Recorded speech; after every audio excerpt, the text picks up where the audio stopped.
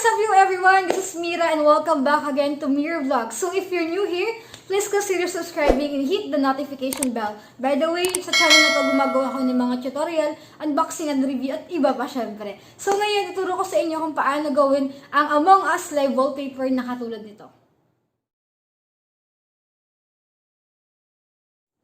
Okay, so mga friendship, ituturo ko ito sa pinakamadaling paraan na alam ko. So wag na po natin patagalin, mag-start na po tayo after the intro. Let you know you're fine. Hands on your body, I just gotta say.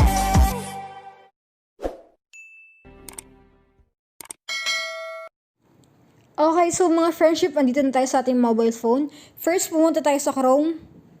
Mag-search po tayo dito ng Among Us background space.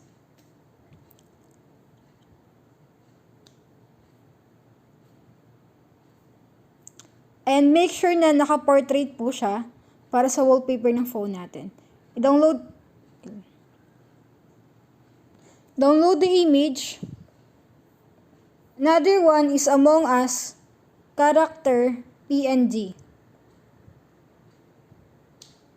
Depende sa kulay na prepare ninyo, pero I prefer the color red or purple. Kailangan wala tong background mga friendship.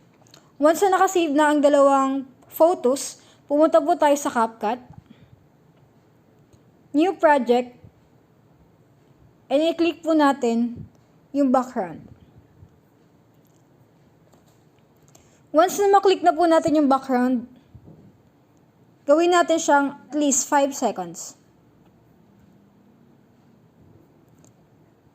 Click overlay.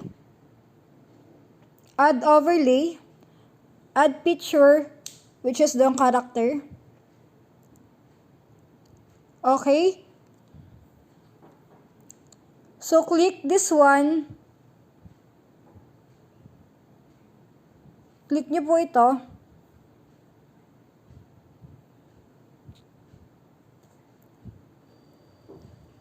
And, ito rin po. So, ito yung kakalabasan. Alright.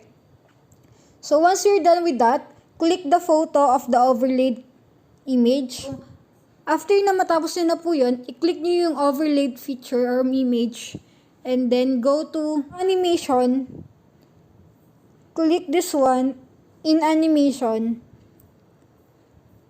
Tapos, hanapin nyo po itong this one, rotate. And the duration must be sa pinakang dulo. Check. And when it's done, ganito po itsura niya. Okay. So now, we will going to put the text, add text.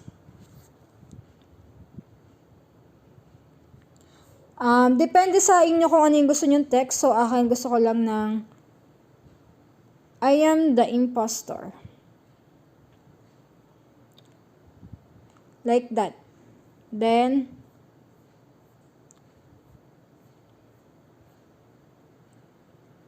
i-choose nyo yung Amatic SC. Isagad nyo po itong text. When we play, ganito po yung lalabas. So, ngayon, lalagyan naman po natin yung effect yung text. Click the text itself and then put animation on it.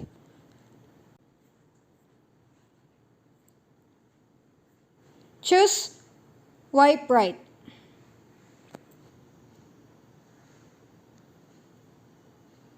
There you go. We will go into just adjust it kasi medyo mabilis. This one is like 1.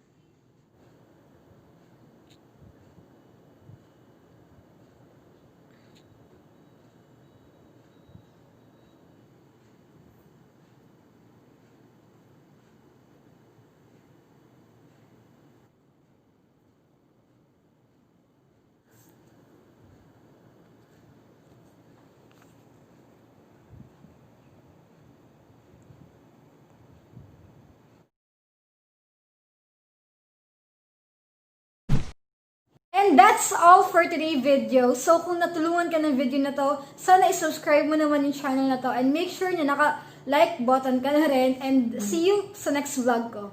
Bye-bye!